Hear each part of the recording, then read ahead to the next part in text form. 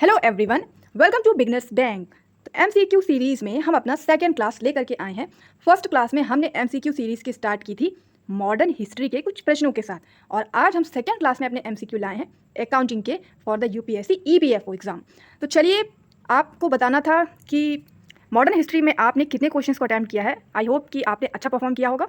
कुछ ने तो कमेंट्स भी किया है। अगर आपने अभी तक नहीं वो वीडियो देखा तो उसे ज़रूर देख लीजिए, क्योंकि हम यहाँ पर यूपीएससी ईपीएफओ के लिए एमसीक्यू सीरीज़ चला रहे हैं, जिसमें एक एक सब्जेक्ट्स की क्लासेस हम लाते जाएंगे और आपके एमसीक्यूज़ को स्ट्रॉन्ग करते जाएंगे और आप अपने आप को टेस्ट भी कर पाएंगे। तो फर्स्ट क्लास से हमने एमसीक्यू सीरीज़ स्टार्ट की थी मॉडर्न हिस्ट्री के साथ, और आज हमारी क्लास 2 है जिसमें हम एमसीक्यू देखेंगे अकाउंटिंग के। तो चलिए, देर नहीं करते हैं, और आपको 10 में से मुझे कमेंट में ज़रूर बताना है कि आपके कितने क्वेश्चन ठीक हुए। अपने आप को टेस्ट तो करना ही है। तो चलिए शुरू करते हैं।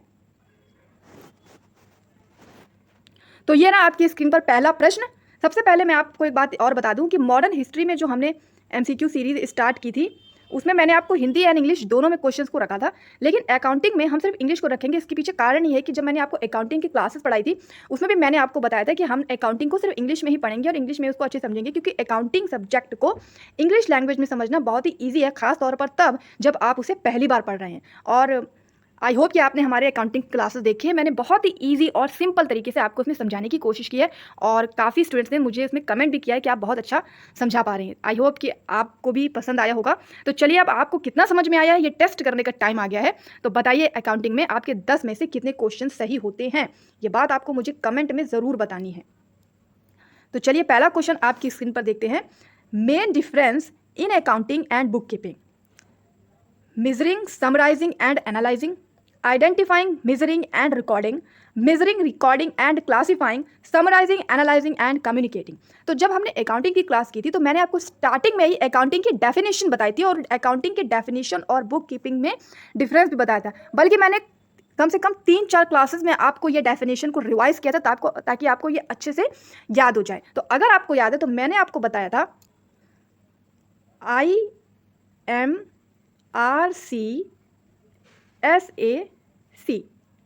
मैंने आपको ये बताया था, जिसमें मैंने आपसे कहा था कि IMRC वाला जो प्रोसेस होता है, केवल इतना, इसको हम बोलते हैं अकाउंटिंग में बुक कीपिंग। और जो ये कंप्लीट होता है IMRC SAC, इस कंप्लीट को हम बोलते हैं अकाउंटिंग। तो डिफरेंस क्या हुआ? डिफरेंस हुआ SAC। अगर SAC इस IMRC में जुड़ जाएगा तो अकाउंटिंग हो जाएगी, और अगर केवल हम IMRC की बात करेंगे तो वो बुक कीपिंग होगी। अब ये IMRC क्या है? I मतलब आइडेंटिफाइंग, M मतलब मेजरिंग, R मतलब रिकॉर्डिंग, C मतलब क्लासीफाइंग, S मतलब समराइजिंग, A मतलब एनालाइजिंग, और C मतलब कम्युनिकेटिंग। तो हमें ये SAC से ही पता चलता है कि SAC है तो वो अकाउंटिंग भी है, और अगर IMRC केवल है तो वो बुक कीपिंग है। तो डिफरेंस क्या हुआ SAC का? SAC मतलब समराइजिंग, एनालाइजिंग एंड कम्युनिकेटिंग। तो हमारे प्रश्न का सही उत्तर क्या होगा? Option D, summarising, analysing and communicating. I hope कि आपको ये प्रश्न बहुत अच्छे से समझ में आ गया है। तो चलिए नेक्स्ट क्वेश्चन देखते हैं। If nothing is written in the financial statement about the 3 fundamental assumptions, then it could be preserved that। मैंने आपको अकाउंटिंग में कुछ assumptions बताए थे, तो उसमें कई प्रकार के assumptions थे, जैसे कि going concern assumption, consistency assumptions, actual assumption, और भी कई सारे assumption थे। तो उसमें जो क्वेश्चन ये पूछा गया है कि जैसे अकाउंटिंग हम जब करते हैं तो कुछ उसमें एक फंडामेंटल अजम्पशंस होते हैं, यानी कुछ ऐसे अजम्पशंस होते हैं जिन्हें आपको करना बहुत ज़रूरी है अगर आप अकाउंटिंग को कर रहे हैं। कुछ फंडामेंटल चीज़ें, कुछ मूल चीज़ें हैं जिन्हें अगर आपने फॉलो नहीं किया तो आपकी अकाउंटिंग कंप्लीट नहीं मानी जाती। तो अगर आपने फाइनेंशियल स्टेटमेंट को बनाते समय इन 3 फंडामेंटल को रिटन नहीं किया है तो हम क्या समझेंगे उसको? क्या हम समझेंगे कि आपने इसे फॉलो किया है, यानी इन अजम्पशंस को, या हम मानेंगे कि आपने इसे फॉलो किया है लेकिन कुछ सम एक्सटेंट के साथ, या हम ये मानेंगे कि आपने उसको फॉलो नहीं किया है? तो या इनमें से कोई भी नहीं है। तो सबसे पहले वो 3 जो फंडामेंटल अजम्पशंस हैं, 3 फंडामेंटल अजम्पशंस, उनके नाम आपको पता होने चाहिए। तो उसको आप सिंपली समझ सकते हैं CAG से। कैग आपने सुना है ना पॉलिटी में, तो कैग से आप समझ सकते हैं कि 3 फंडामेंटल अजम्पशंस होते हैं, कई सारे अजम्पशंस में से, जो कि फंडामेंटल अजम्पशंस कहलाते हैं। C मतलब होता है कंसिस्टेंसी, A मतलब होता है एक्चुअल assumptions, और G मतलब होता है गोइंग कंसर्न assumptions। तो अब हमें बताना है कि मान लीजिए आपने अपने अकाउंटिंग में फाइनेंशियल स्टेटमेंट को तैयार किया और ये 3 फंडामेंटल अजम्पशंस को वहाँ पर रिटर्न नहीं किया है, तो हम इसको क्या मानेंगे? हम उसको ये मानेंगे कि आपने उसे फॉलो किया है, ना कि हम ये मानेंगे कि फॉलो नहीं किया। रिटर्न का मतलब रिटर्न नहीं है, इसका मतलब ये नहीं है कि आपने इसे फॉलो नहीं किया है, क्योंकि ये फॉलो तो करना बहुत ही कंपलसरी है, क्योंकि ये फंडामेंटल अजम्पशन है। इन्हें फॉलो नहीं किया तो अकाउंटिंग ही कंप्लीट नहीं होती। और अकाउंटिंग में अगर आपने फाइनेंशियल स्टेटमेंट बना ली है, यानी जो लास्ट में जो अकाउंटिंग करने के बाद जो आप स्टेटमेंट प्रेजेंट करते हैं वो अगर आपने कंप्लीट कर लिया है, तो जाहिर सी बात है कि आपने इन 3 अजम्पशंस को तो ज़रूर फॉलो किया होगा। तो आंसर क्या हो जाएगा? They have been followed. I hope कि आपको ये क्वेश्चन अच्छे से समझ में आ गया है। चलिए नेक्स्ट देखते हैं। Which of them is not a qualitative character of accounting information? Relevance, reliability, materiality and understandability. देखिए, अकाउंटिंग जब भी हम पढ़ते हैं तो अकाउंटिंग में 2 प्रकार के कैरेक्टर होते हैं। एक होते हैं क्वालिटेटिव कैरेक्टर और एक होते हैं क्वांटिटेटिव कैरेक्टर। तो अब आप इसे समझेंगे कैसे?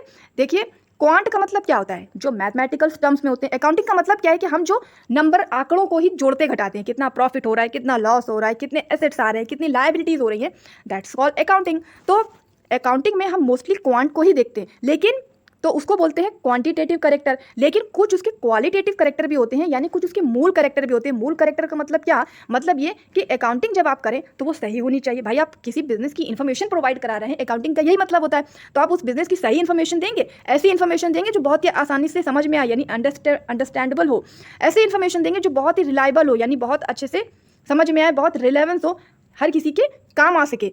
तो क्वालिटेटिव कैरेक्टर अकाउंटिंग में 4 होते हैं, आपको याद रखने हैं, RRUC के नाम से। R का मतलब होता है रिलेवेंस, R का मतलब होता है रिलायबिलिटी, U यानी अंडरस्टैंडेबिलिटी एंड C मतलब कंपैरेबिलिटी। यानी अकाउंटिंग में क्वालिटेटिव कैरेक्टर कौन से होंगे कि जब अकाउंटिंग करें तो वो रिलेवेंस होनी चाहिए, वो रिलायबल होनी चाहिए, वो अंडरस्टैंडेबल होनी चाहिए एंड वो कंपैरेबल होनी चाहिए। तो इसमें पूछा गया है कि कौन सा क्वालिटेटिव कैरेक्टर नहीं है, नॉट पूछा है ना, तो नहीं में कौन सा आएगा? रिलेवेंस तो होगा, अभी मैंने देखा, रिलायबिलिटी भी होगा, अंडरस्टैंडेबिलिटी भी होगा, तो कौन सा नहीं होगा? मैटेरियलिटी नहीं होगा। तो आपको ये क्वेश्चन समझ में आई होप कि आ गया होगा। चलिए नेक्स्ट देखते हैं। Advertisement suspense heavy expenses are the example of. जैसे जब आप कोई कंपनी चलाते हैं तो आप देखते होंगे ना, आप एडवर्टाइजमेंट करते हैं। जैसे मान लीजिए कि आप बायजूस कंपनी के ऐड देखते होंगे, तो ये एक बड़ी सी कंपनी है और ये अपने एडवर्टाइजमेंट देती है। तो ये जो एडवर्टाइजमेंट्स होते हैं ये अकाउंटिंग टर्म्स में क्या कहलाते हैं? या फिर आप सीधे से बोल लीजिए कि बिजनेस के टर्म्स में इसको क्या बोलते हैं?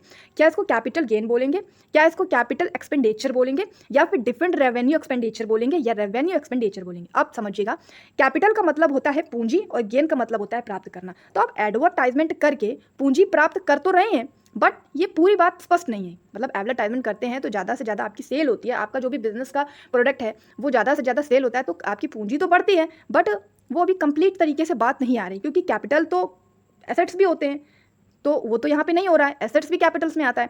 कैपिटल एक्सपेंडिचर यानी आप अपनी पूंजी को व्यय कर रहे हैं, खर्च कर रहे हैं। ऐसा भी अगर देखा जाए तो ऐसा हो रहा है, क्योंकि एडवर्टाइजमेंट कर रहे हैं तो जाहिर सी बात है कि आप कुछ ना कुछ पैसा तो खर्च कर रहे हैं। लेकिन मेन एग्जांपल क्या है? मेन एग्जांपल है deferred revenue expenditure. Deferred revenue expenditure क्या होता है कि आपने मान लीजिए कि बायजूस कंपनी है आपकी और आपने आज ऐड दिया, ठीक है, तो ऐसा तो नहीं है कि आज आपने ऐड दिया तो आज ही आप इससे बहुत अच्छा प्राप्त कर पाएंगे, इससे जो भी रिटर्न में आपको प्राप्त होगा। यानी आपने एडवर्टाइजमेंट किया है तो आपकी जो सेल हो रहा है, आपका प्रोडक्ट जो भी लोग परचेस कर रहे हैं, तो वो सिर्फ आज ही आज सेल कर रहे हैं, ऐसा तो नहीं है ना। वो एडवर्टाइजमेंट तो बहुत लंबे समय तक लोगों के दिमाग में रहता है और कई समय तक वो आता भी रहता है। तो वो हो सकता है 2 साल, 3 साल, 5 साल, 10 साल तक आपको लाभ कराता रहे, आपके रेवेन्यू को प्राप्त कराता रहे। तो ये क्या हो जाएगा? Deferred revenue expenditure.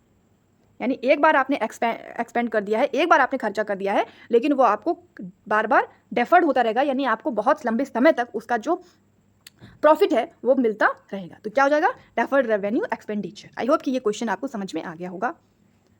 Next question देखते हैं। If market value of closing inventory is reduced below cost prices, which of the following concepts will play a role? Conservatism, cost concept, money measurement concept, consistency. सारे concept मैंने आपको accounting के classes में पढ़ाए हैं, हमारी 5 से 6 क्लासेस हो चुकी हैं। आई होप कि आपने उसे देखा होगा। तो देखिए, इस क्वेश्चन में क्या पूछा गया है कि जो भी आपकी क्लोजिंग इन्वेंट्री में सामान पड़ा हुआ है, मैंने आपको इन्वेंट्री जब बताया था तो मैंने बताया था कि एक ओपनिंग इन्वेंट्री होती है और एक क्लोजिंग इन्वेंट्री होती है। क्लोजिंग इन्वेंट्री वो होती है जब अकाउंटिंग ईयर खत्म होने वाला होता है, उस समय आपकी इन्वेंट्री मतलब एक प्रकार का स्टॉक, एक प्रकार का रूम जहाँ पे आपका बचा हुआ सामान रखा हुआ है। तो जब आपका अकाउंटिंग ईयर समाप्त हो रहा है उस समय पे आपकी क्लोजिंग इन्वेंट्री में जो भी सामान पड़ा हुआ है उसकी जो मार्केट वैल्यू है वो घट रही है। रिड्यूस मतलब घट रही है। कॉस्ट प्राइसेस से। कॉस्ट प्राइसेस यानी कि जिस प्राइस पे आपने अपना प्रोडक्ट तैयार किया, उस प्राइस से जो मार्केट में आपका प्रोडक्ट सेल होने वाला है उसका जो प्राइस है वो घट रहा है। यानी आपने ज़्यादा पैसा लेके हो सकता है प्रोडक्ट को बनाया हो, लेकिन मार्केट में जाके पैसा डाउन हो गया, आपको उसमें लाभ नहीं होगा, आपको उसमें लॉस होने की संभावना है। अभी हुआ नहीं है, आपको लग रहा है कि लॉस हो सकता है, तो इसमें आप कौन सा जो कॉन्सेप्ट है वो फॉलो करेंगे। तो मैंने आपको एक कंजर्वेटिज्म कॉन्सेप्ट बताया था। कंजर्वेटिज्म को मैंने बहुत सिंपल तरीके से बताया था कि कंजर्व लोगों का मतलब क्या होता है। कंजर्व लोगों का मतलब होता है रूढ़िवादी लोग। रूढ़िवादी लोग क्या सोचते हैं कि मुझे ये जो गड़बड़ी होने वाली है इसे बहुत ध्यान देना है, जो अच्छा हो रहा है वो होने दीजिए, अच्छा हो रहा है तो उसको क्या करना।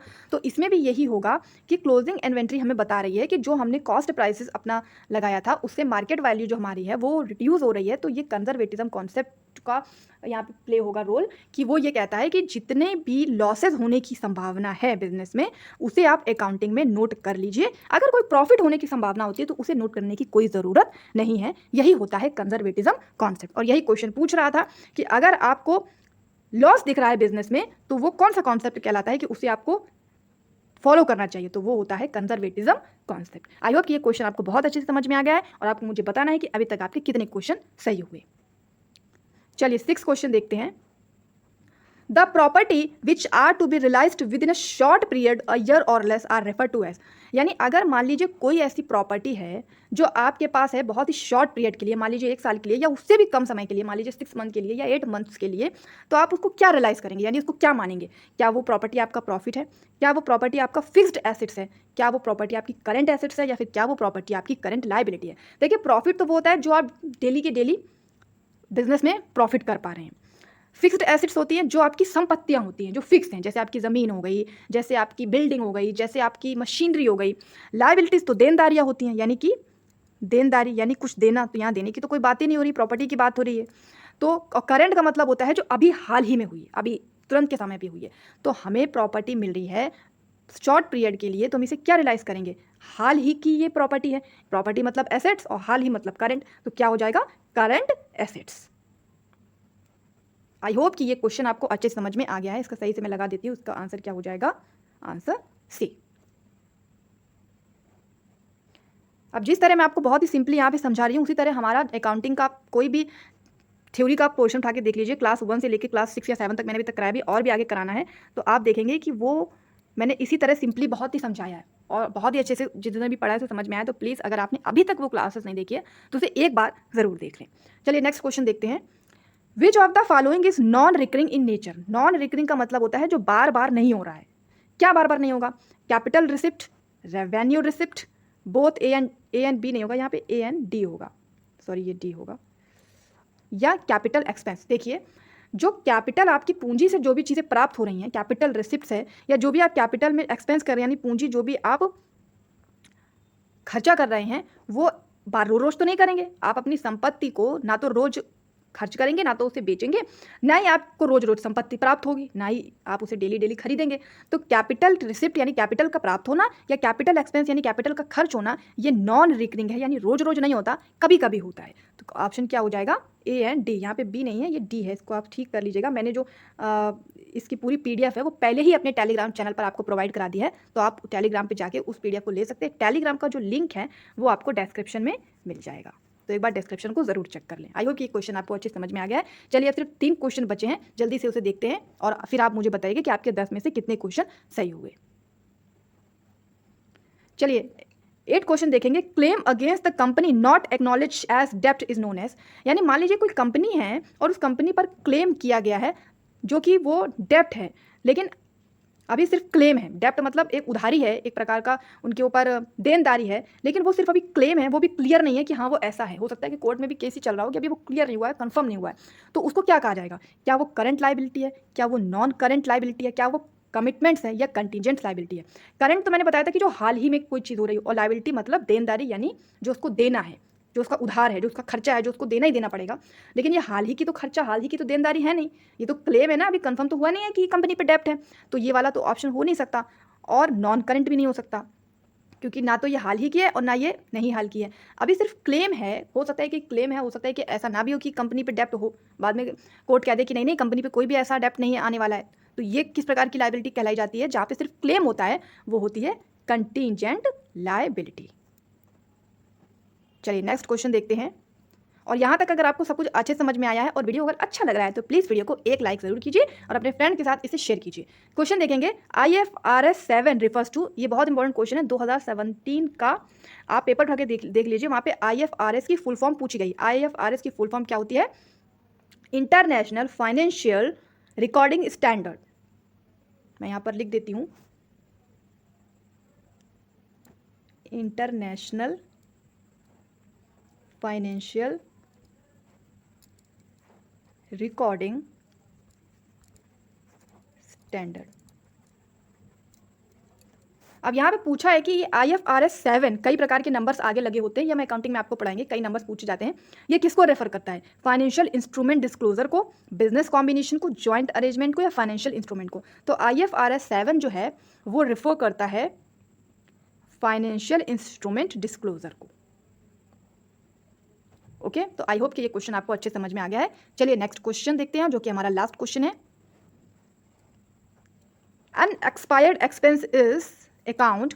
देखिए, अनएक्सपायर्ड का मतलब होता है प्रीपेड एक्सपेंस, यानी प्रीपेड तो आप समझते हैं ना, आप फोन चार्ज कराते होंगे, प्रीपेड एंड पोस्ट पेड, या इसको आप ये भी बोल सकते हैं आउटस्टैंडिंग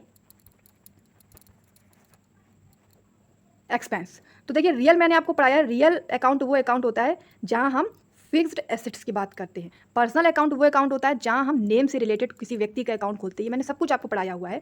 और नॉमिनल अकाउंट वो अकाउंट होता है जहां पे हम इनकम और एक्सपेंस की बात करते हैं। लेकिन यहाँ पर तो क्वेश्चन में ऐसा कुछ पूछा ही नहीं गया। क्वेश्चन में पूछा गया है कि अनएक्सपायर्ड एक्सपेंस कौन से, यानी प्रीपेड एक्सपेंस कौन से हैं, या आउटस्टैंडिंग एक्सपेंस कौन से हैं।